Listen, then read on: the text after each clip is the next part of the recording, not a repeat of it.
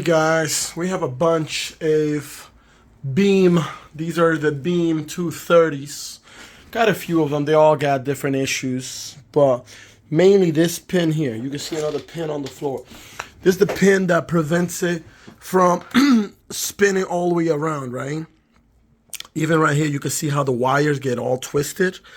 As you can see, look, if I keep the head moving, it doesn't stop. It just keeps spinning, and that causes the wires to get all tangled up, and then all sorts of issues and problems. It stops working. So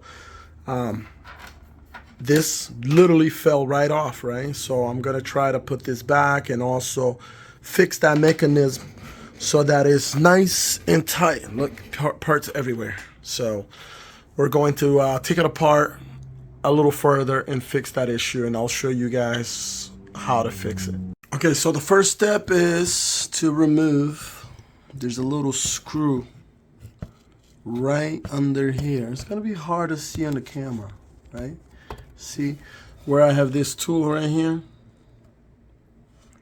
You're gonna have to loosen that up, right? Right under, yeah, there you go. Now you can see it a little better.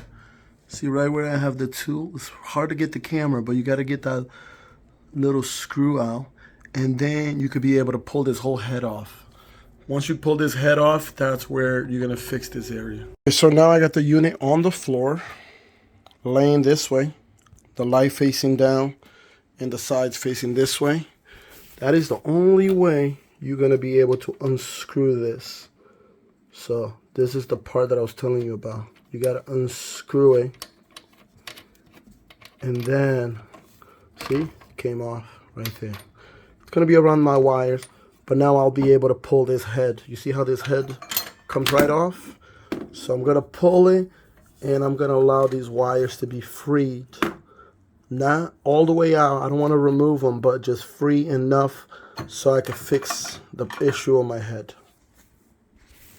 Okay guys, so I was able to pull this head out of here, and you can see the wires are still loose. I got plenty of space. So now I'm going to reassemble this area. That's all, that came out, and all of the screws are all over the place. So I'm going to fix all of this right now, put them back in place. So here's my solution. I got another screw, which is much stronger, much longer. So I literally inserted that into the hole and went down as far as I could. I'm trying to see if I have another extra one to show you, but this is the screw that I use right here. I have another one right here. You can see it's very long. So I actually cut it as I took about ½ an inch off because it was too long. But you definitely want something strong and long to be in that hole. That way your problem is solved. So now I'm gonna put it back together and test it. 1 minute of test. I just powered it on.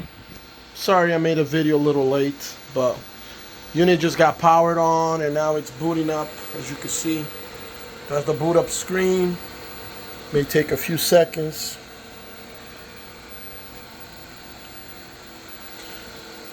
You can see the light has already turned on the side of the unit, but it's still booting up, where it checks everything to make sure there's no errors. If there's any errors, it'll start lighting up.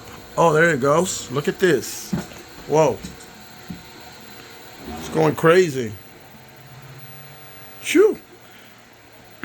So it's adjusting itself.